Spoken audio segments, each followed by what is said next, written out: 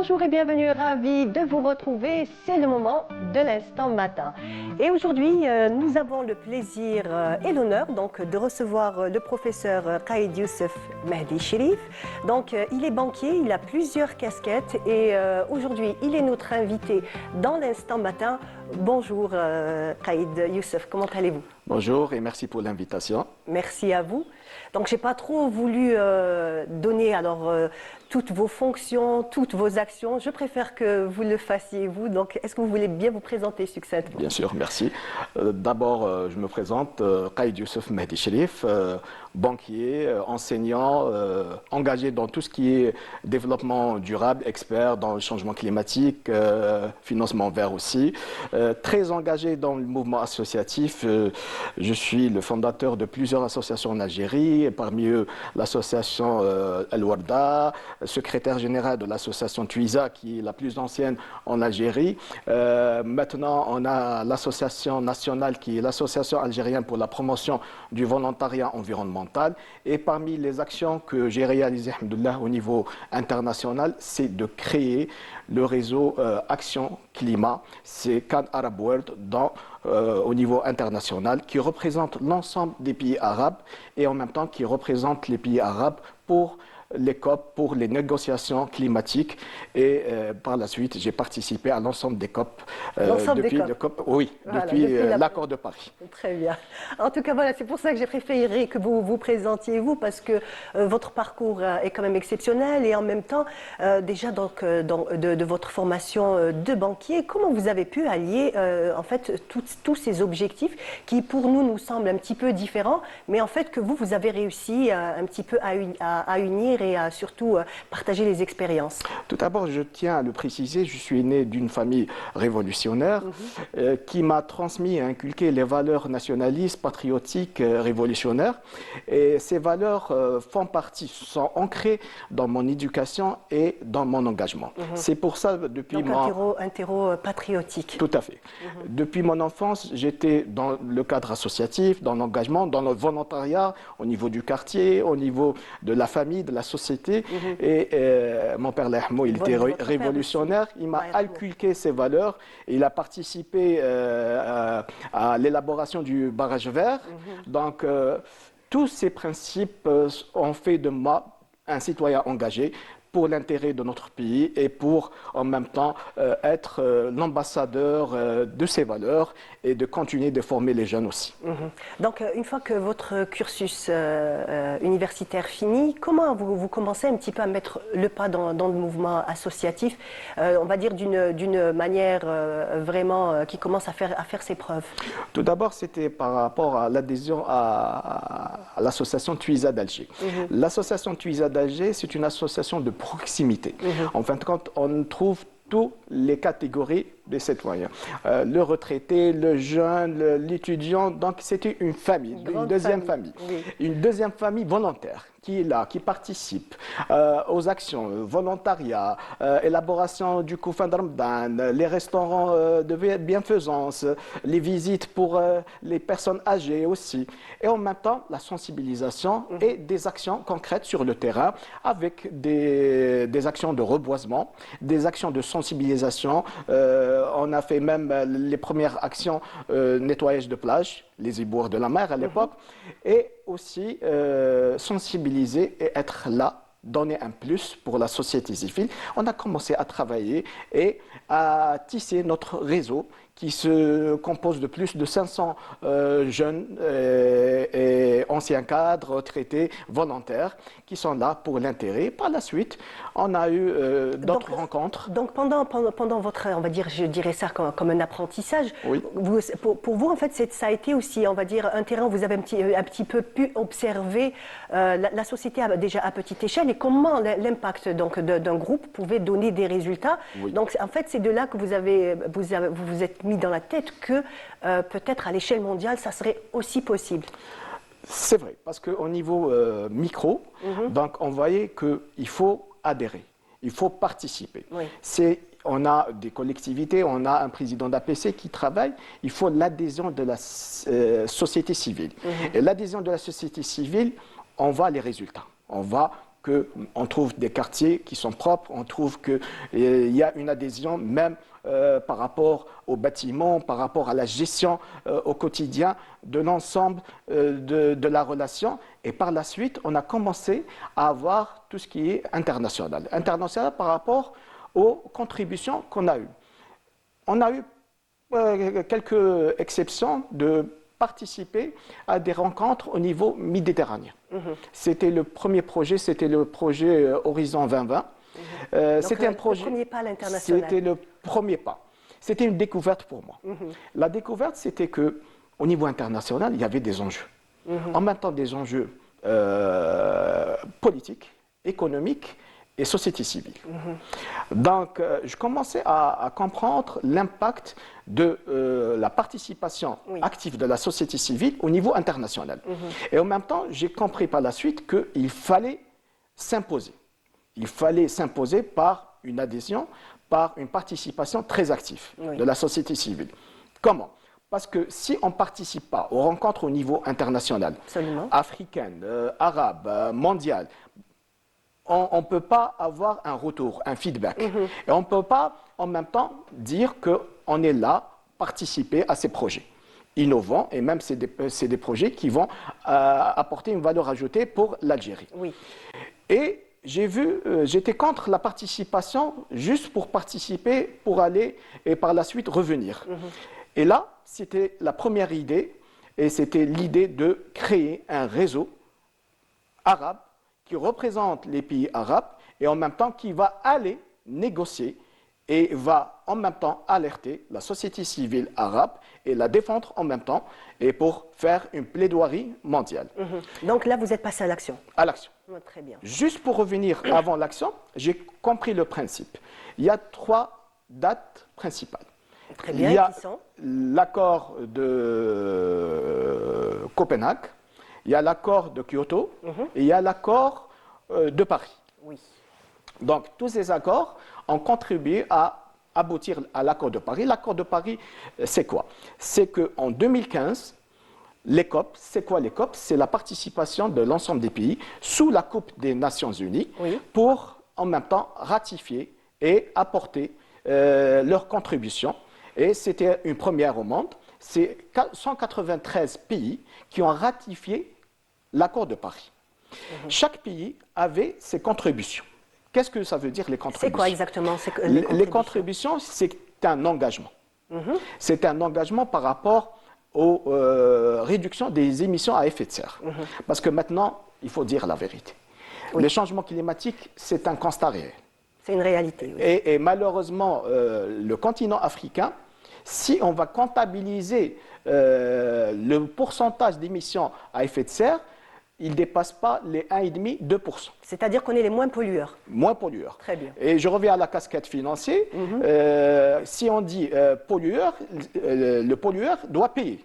Absolument. Donc systématiquement, on a 3 pays qui sont les plus industrialisés. C'est la Chine, les États-Unis d'Amérique et l'Inde.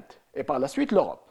Donc normalement, c'est eux qui vont payer le plus, qui vont alimenter ces fonds climatiques. Malheureusement, ce n'est pas le cas jusqu'à présent. Donc, j'ai commencé à comprendre qu'il y avait, au-delà de l'aspect environnemental et l'aspect préservation des ressources naturelles, il y avait un impact économique et un impact politique aussi. D'accord. Donc, il fallait être ambassadeur de notre politique et de notre engagement direct. Très bien. Par la suite, j'ai pu, via mes contacts, réunir une vingtaine d'associations qui représentent chaque pays arabe. D'accord. Donc, chaque pays arabe, ces associations, je les choisis par rapport à leur gestion gestion intègre et gestion transparente et pour leur adhésion directe à l'environnement et à la préservation. Et il fallait mettre en place une charte. Ça me fait rappeler, c'était en 2013, j'ai rédigé personnellement la charte. D'accord, qui comportait grosso modo le respect à l'environnement. C'était une reprise par rapport à l'accord de Kyoto. Et en même temps, préserver non seulement les droits et non seulement les bénéfices de chaque citoyen et de chaque pays, parce qu'on parle de préservation, on parle d'engagement aussi. Juste pour revenir par rapport à la création, on s'est réunis par la suite en Jordanie, c'était en 2014, et il y a eu proposition d'appellation. Et c'était des négociations très dures, parce que moi, je voulais appeler le réseau arabe pour les changements, pour l'action climatique. En anglais, CAN, Climate Action, Arab World. Il y avait une résistance de quelques pays pour une seule appellation, pour ne pas mettre le mot arabe. Et j'ai insisté. Ils voulaient mettre le mot MENA. Si on ne met pas le mot arabe, on ne peut pas créer ce réseau. Et j'ai insisté que même ce réseau, il y a une représentation des associations palestiniennes. Alhamdoulilah, le réseau, il y a toujours une représentation des associations palestiniennes. D'accord, très bien. Donc maintenant, on va revenir au niveau national, donc ici à Alger. Bon, je voudrais juste un petit peu expliquer à nos téléspectateurs. Donc depuis tout à l'heure, j'imagine qu'ils ont vu le drapeau algérien et on aimerait que vous nous expliquiez alors l'importance de ce drapeau et pourquoi est-ce qu'il est là aujourd'hui avec vous. Tout à fait. D'abord, ce drapeau algérien, il a une histoire, il a une valeur symbolique et émotionnelle très grande. Oui. Pourquoi? Il m'a suivi dans toutes mes actions. Au niveau national et international. Surtout international, il a participé à la première flottille, c'était la COP 23. C'était l'Odyssée Ibn Battuta et il y avait une flottille qui a traversé toute la Méditerranée et c'était l'action Espagne, France, Italie, Tunisie, Algérie. D'accord. Donc il a fait tous ces pays. Il a fait tous ces pays et dernièrement il a participé à la COP 30 où on a fait la remontée du fleuve de l'Amazonie et c'était une organisation d'une flottille qui représentait plus de 200 embarcations, 200 bateaux.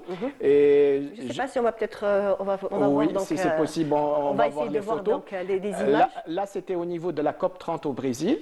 Et comme d'habitude, je porte le drapeau algérien et même j'essaye d'introduire quelques produits algériens du terroir. Parmi les produits algériens nobles et bio, c'est la date algérienne, Deglet Nord. Et j'ai pris avec moi la date algérienne au niveau de la COP et j'ai distribué la date algérienne. Et en même temps, on a fait la promotion de la date algérienne comme produit noble, bio, à 100%. À 100%. Voilà, donc on voit là encore d'autres images. Et juste pour revenir à la flottille, c'est que la flottille, c'était en parallèle à la COP, il y a le sommet mondial des peuples. Le sommet mondial des peuples, c'était une proposition qu'on a faite, nous, en tant que représentants de la société civile, c'est qu'en parallèlement à la COP, c'est une COP organisée par les Nations Unies, c'est officiel, il y a des délégations et tout, il y a un autre sommet qui représente uniquement la société civile.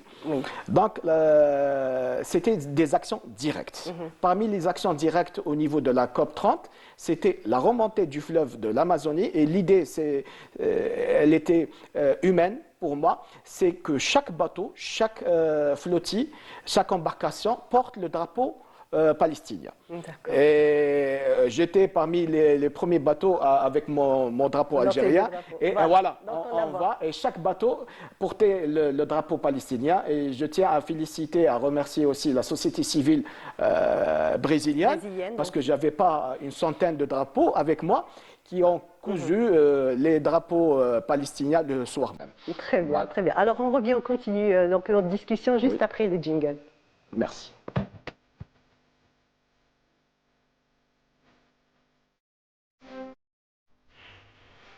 De retour dans l'instant matin et on continue donc avec vous, professeur.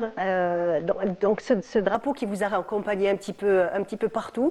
Donc comme on l'a dit tout à l'heure, hein, vous avez une valeur sentimentale pour ce drapeau-là parce qu'en fait il vous a accompagné dans toutes vos actions. Et tout à l'heure on parlait donc c'est ça le sommet des peuples, c'est ça? Oui, le sommet des peuples. Le sommet des peuples. Donc dites-nous un petit peu, est-ce qu'on peut faire un petit constat? Est-ce qu'il y a réellement une prise de conscience au niveau mondial et surtout des actions concrètes pour un petit peu, on va dire, pour le réchauffement climatique, pour arrêter tout. C'est une évidence. L'humanité sait que nous sommes aujourd'hui donc en danger. Tout à fait, vous l'avez bien dit.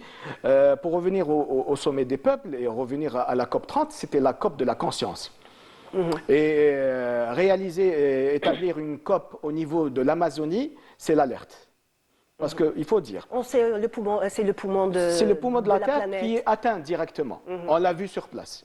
On l'a vu par rapport à tout ce qui est déforestation, l'industrialisation, l'agriculture industrialisée aussi, et le problème des feux de forêt, parce que quand on parle d'accélération des changements climatiques, on voit que les changements climatiques frappent directement un dérèglement des saisons.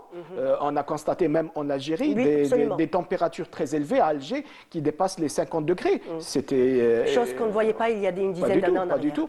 Et même des fois, même par rapport aux saisons, on a des fortes pluies, par la suite on a une sécheresse et par la suite on a des fortes températures. Donc même l'agriculteur va s'adapter.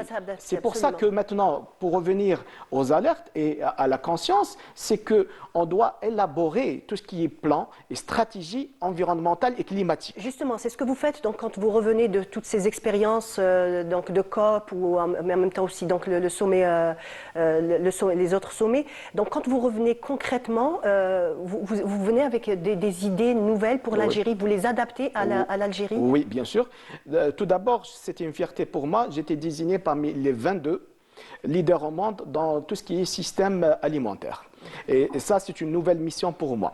C'est d'élaborer la stratégie mondiale pour tout ce qui est système alimentaire. Et quand on parle de système alimentaire, on parle de sécurité alimentaire. Sécurité alimentaire, absolument. Et pour revenir à l'Afrique, l'Afrique, elle est touchée de plein fouet par les changements climatiques. Parmi les exemples, la désertification, le stress hydrique, le manque d'eau, qui frappe directement tout ce qui est activité agricole. Et maintenant... l'Algérie est concernée donc aussi Oui, parce que quand on dit l'Afrique, l'Algérie, c'est un pays continent, c'est le pays le plus grand en Afrique. Donc on est touché, on doit s'adapter. Nous avons des défis à relever. Oui, voilà. Les défis, il faut le dire, l'Algérie a signé, a ratifié tous les protocoles. Elle était parmi les premiers pays qui ont ratifié, qui ont signé tous les protocoles et aussi tout ce qui est contribution au niveau national. L'Algérie, elle a dépassé de loin. Pourquoi? Parce que si on revient à la stratégie nationale, il y a une stratégie nationale climat, il y a un plan climat. Il y a au-delà une stratégie nationale pour le développement de tout ce qui est énergie renouvelable. Et on a vu le constat par rapport à tout ce qui est politique et stratégie émise par le premier responsable, le président de la République, Abdelmadjid Tebboune, qui a ordonné à accélérer les travaux de réalisation, et je tiens à féliciter les Algériens, et c'est une fierté algérienne, élaborer plus d'une vingtaine de stations de dessalement dans un temps record. Je vous dis, en tant qu'expert financier, pour élaborer et bâtir une station de dessalement, il faut au moins entre 36 à 40 mois. On l'a fait même pas 22 mois. Donc c'est un exploit. Donc maintenant, c'est dire l'engagement. Oui, tout à fait, il est là. Et maintenant, on a un savoir-faire algérien. On a un génie algérien qu'on peut l'exporter en Afrique, qui va apporter une valeur ajoutée. Donc il faut convertir les changements climatiques en tant que risque, en tant que problème, en solution économique et en même temps en solution qui va apporter un plus par rapport au savoir-faire algérien. Voilà. D'où donc l'importance de ce genre de participation, telle que par exemple la vôtre, donc voir à l'échelle mondiale ce qui se passe et revenir donc avec fort de toutes ces expériences, revenir donner un plus à notre pays, tout en sachant que nous sommes, comme vous le dites, nous sommes engagés et cet engagement est réel, il est palpable de nos jours et nous avons encore d'autres efforts encore à fournir, j'imagine. Pour revenir à l'engagement, il est réel, mais l'engagement de tout un chacun. Absolument. Donc c'est ça. Tout un chacun. Un petit peu à ce qu'on disait tout à l'heure. Oui, chacun dans son domaine, chacun, même en tant que citoyen, même la mère de famille, le père de famille, chacun dans son domaine doit contribuer on est tous acteurs du changement. Et c'est à nous. J'aime bien, vous dites doit. En fait, c'est un devoir que nous C'est un devons nous engagement. mettre, que nous devons avoir. Et je le dis avec fierté, on est les héritiers de la Révolution. Donc on a un engagement envers les martyrs. Oui. Donc c'est un engagement. L'Algérie, c'est C'est pas... une terre qu'on doit préserver. Tout à fait, tout à fait. Et maintenant, on a tout pour réussir. Il faut travailler ensemble et en même temps, il faut faire des sacrifices aussi.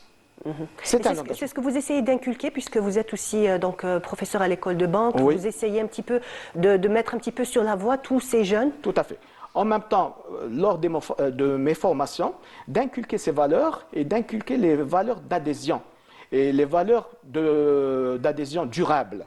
Pourquoi? Parce que chaque jeune, si on ne va pas l'encadrer et on ne va pas le suivre, il va dire qu'il n'y a pas d'aboutissement. Au contraire, il faut l'encadrer, il faut l'aider. Et en même temps, vous êtes un exemple. Bon, je suis un ambassadeur, Voilà, un ambassadeur, absolument. un ambassadeur, et en même temps, je fais de la formation des formateurs, parce que il faut à travers tout le pays être présent et fédérer et encadrer ces jeunes. J'ai fait plusieurs projets avec le ministère de l'Environnement dans le cadre des formations de l'entrepreneuriat vert et aussi les formations dans le cadre des métiers verts. J'ai des publications dans ce sens et on est en train d'élaborer le référentiel des métiers de l'environnement.